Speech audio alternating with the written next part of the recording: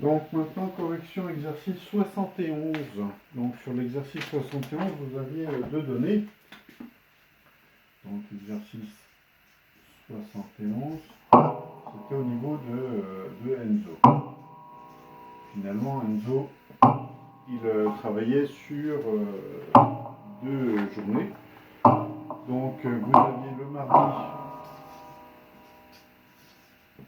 où il réussit une série de 22 services sur 30. Et puis c'était quel jour? Le vendredi, il réussit une série de 36 sur 50. Et on vous demande de trier ça. Alors, la petite astuce ici, c'est qu'on pourrait très bien multiplier ça par 50 et celui-ci par 30. Je vais faire donc la première technique, qui est de dire ici je multiplie par 50 et ici je multiplie par 50. Tandis que ici je vais multiplier par 30 et je vais multiplier par 30. Ça va me donner quoi? 30 fois 50, 1500. Je mets d'abord les deux zéros, 3 fois 5, 15, 1500. Et puis 22 fois 50, bon, en fait, multiplier par 50, c'est un peu comme si vous multipliez par 100 et vous divisez par 2. C'est un moyen assez simple de faire ce calcul-là. Ou alors, vous savez faire 22 fois 5 de tête, ou 11 fois 5 de tête, puis vous multipliez par 2. Enfin, bref, on va y arriver assez facilement. Moi, je vais le multiplier par 100, ça me fait 2200, et je vais diviser par 2, donc ça me fait 1100. Il paraît logique quand même que ce nombre-là soit plus petit que celui-ci. C'est quand même normal qu'il rate ou qu'il réussisse moins de coups de service qu'il en a tenté. Si on avait obtenu quelque chose de plus grand, il y aurait eu un problème. Et puis ici, sur celui-ci, je veux aussi avoir 1500, mais multiplié par 30, c'est un tout petit peu plus compliqué. Je vais avoir mon 0 quand même à la fin. 3 fois 6, 18, et je retiens 1.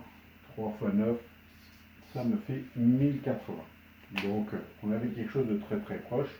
Et finalement, c'est celui-ci qui l'emporte par rapport à celui-ci. Donc le mardi, plus de réussite que le vendredi. Mais finalement, on peut aussi le simplifier. Si je prends 22 sur 30, et puis l'autre c'était 36 sur 50. Et finalement de s'apercevoir que j'avais déjà le 0 en commun.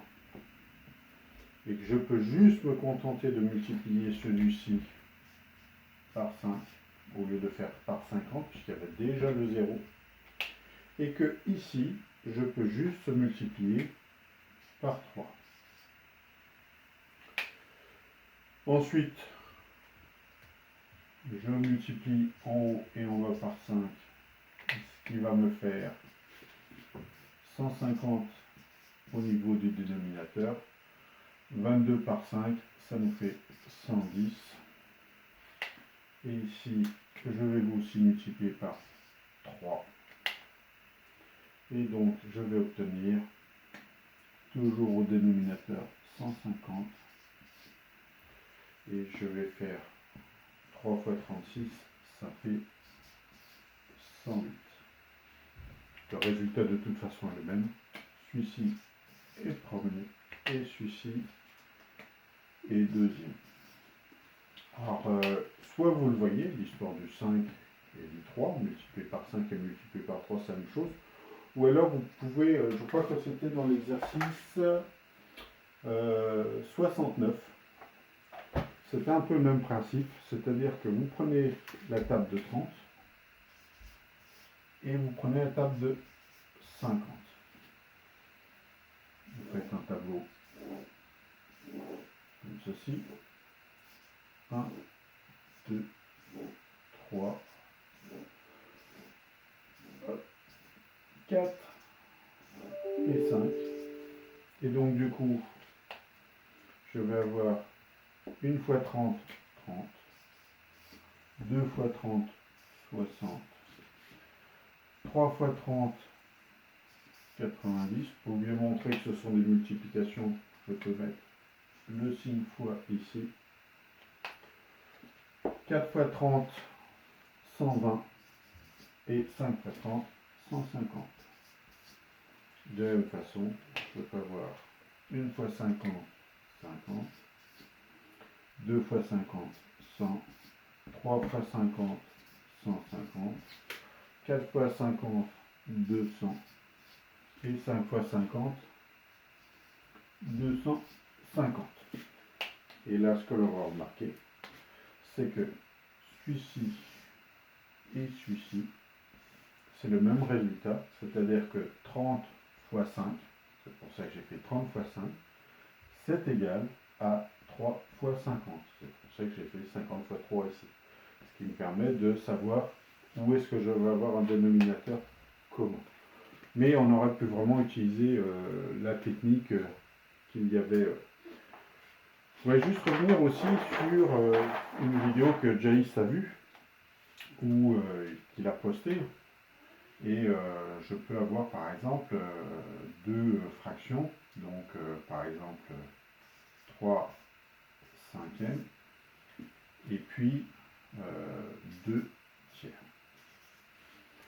Et finalement, le monsieur avec une musique de fond, il fait quoi? Il dit, bah, je prends ça en multiplication, je prends ça en multiplication, je prends ça aussi en multiplication, et quand il y a une addition, je prends ça en addition. Du coup, il obtient quoi? Je vais rester sur le noir. 3 plus 2, 5. Ça ne marche pas. En fait, il faut faire 3 fois 3. Donc 3 fois 3, 9. Je garde quand même le plus.